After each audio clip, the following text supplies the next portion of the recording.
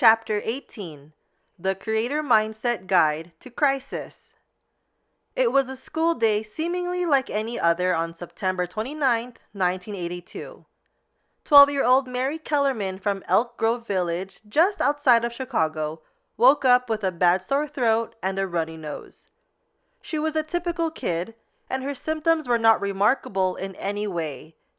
She didn't feel well enough to go to school that day, and her parents agreed to keep her home. They gave her some Tylenol and encouraged her to go back to bed. But they soon found her lifeless on the bathroom floor. Adam Janus woke up that same fateful morning of September 29th, 1982, also not feeling right. A father of 2 young children and the son of Polish immigrants looking for a better life in the United States, he had worked hard to get a mail route for the U.S. Postal Service and was proud of his position. He had some muscle pains after a particularly grueling route the day before. He went to the drugstore first thing in the morning and bought a bottle of Tylenol. He took 2 pills and headed home. And within hours, he was found dead on his bedroom floor. Mary Reiner wanted to be a mother her whole life. She had just returned home from the hospital after giving birth to a baby, but that joyous occasion was marred forever by tragedy. She took Tylenol to help ease some of the pains of her recent childbirth. Hours later, she was found in a coma and rushed back to the same hospital where she had given birth. She was pronounced dead shortly after arriving. Things were going very well for Johnson & Johnson in early 1982. Their stock was rising to new highs, internal investments were beginning to realize profits after long and expensive runs in development, and their pain reliever Tylenol was reaching epic market shares. In fact, 17% of Johnson & Johnson's entire revenue was generated from Tylenol and related products. It was, and still is, the most frequently prescribed pain reliever in the world, and it seemed that the sky was the limit for the company at that time. But sometimes crisis happens, and it often happens at the worst possible time. The thing that helps most in any crisis is trust. I can see how it might have been easy at Johnson & Johnson to get smug with all that success. It was, after all, one of the most prosperous times in company history, and creativity was flowing. But any sustainable practice of the creator mindset relies on humility to make it all work when things don't go as planned. Humility builds trust. And for trust to be implemented successfully, it needs to become a creative tool. Trust and humility are indeed tools your career or company can implement with creativity.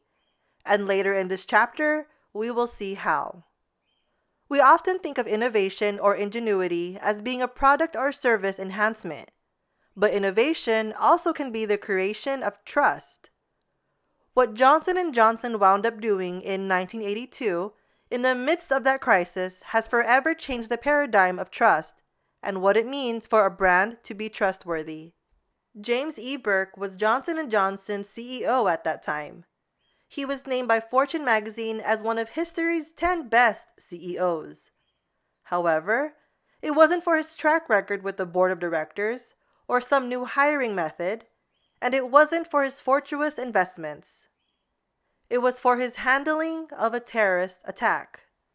A terrorist forever disrupted the landscape of trust in America when he or she tainted a number of Tylenol products with cyanide. And James Burke's strong and decisive leadership at one of Johnson & Johnson's worst times will forever make him a master of the creator mindset. If you are ever in a situation in which you need to rebuild after a crisis, these are the steps that James took and that you should too. Number 1. Be vulnerable. James Burke immediately showed that Johnson & Johnson was vulnerable when he explained at a press conference that the company didn't know what exactly was going on, but that they were all working feverishly to uncover the culprit. It turns out that a terrorist had tainted Tylenol bottles with cyanide for no reason other than to scare the public. The terrorist murdered Mary Kellerman, Adam Janus, and Mary Reiner, and would go on to murder 5 more people. As soon as Johnson & Johnson knew that the pills had been tainted, they communicated it to the mass media, even though the pills had been tampered with after they left the factory.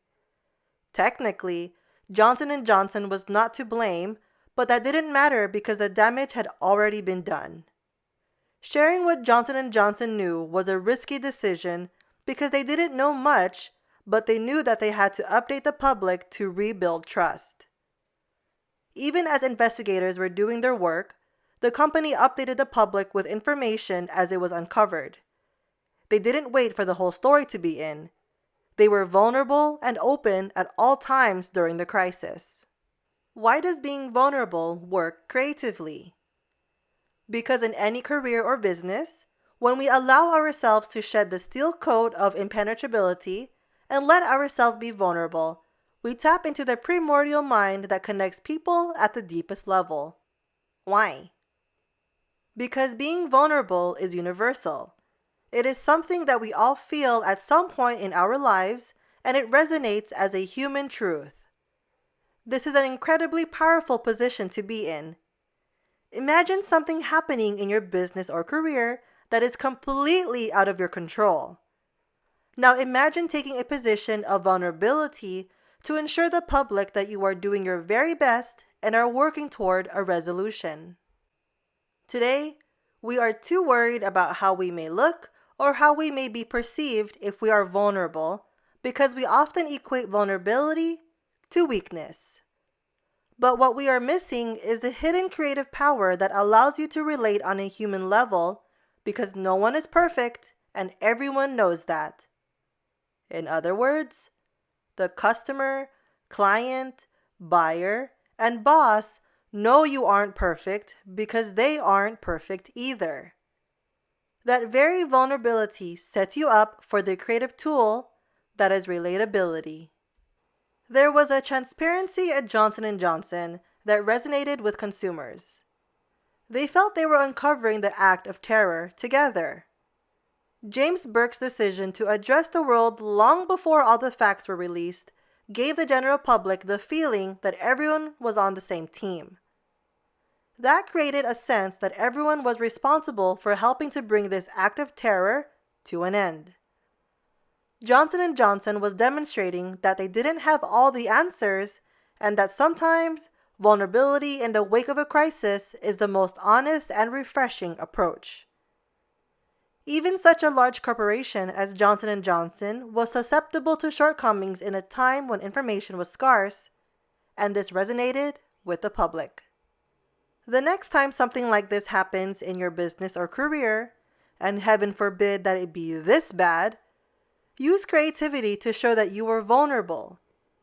By using directness and candor in your approach, you will find that most people understand that the human condition is far from perfect and that we're all in this together.